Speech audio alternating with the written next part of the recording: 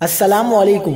Tokyo Olympic से पाकिस्तान के लिए अच्छी खबर आ गई। अरशद नदीम जेवलिन थ्रो के फाइनल राउंड में पहुंचने में कामयाब। मियां चन्नू का क्रिकेटर एथलीट कैसे बना, आज की वीडियो में तमाम तफसीलात शेयर करेंगे। क्या आप हालात हाजरा से आगाही हासिल करना चाहते हैं, खबर के पीछे छुपे असल हकाइक जानना चाहते हैं, तो अभी सब्सक्राइब कीजिए जिलमिल पाकिस्तान को और साथ ही घंटी के निशान पर क्लिक कर दें।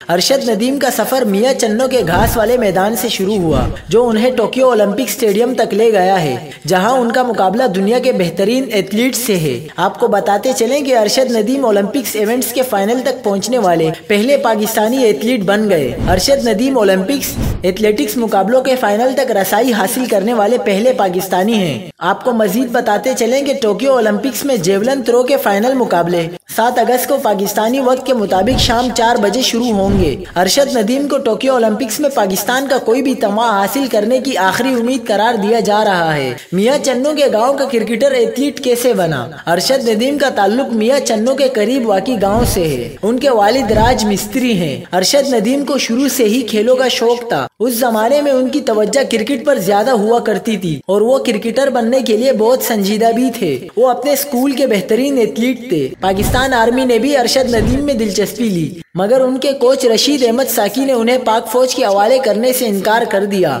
अरशद नदीम शादीशुदा है। उनका एक बेटा और एक बेटी है।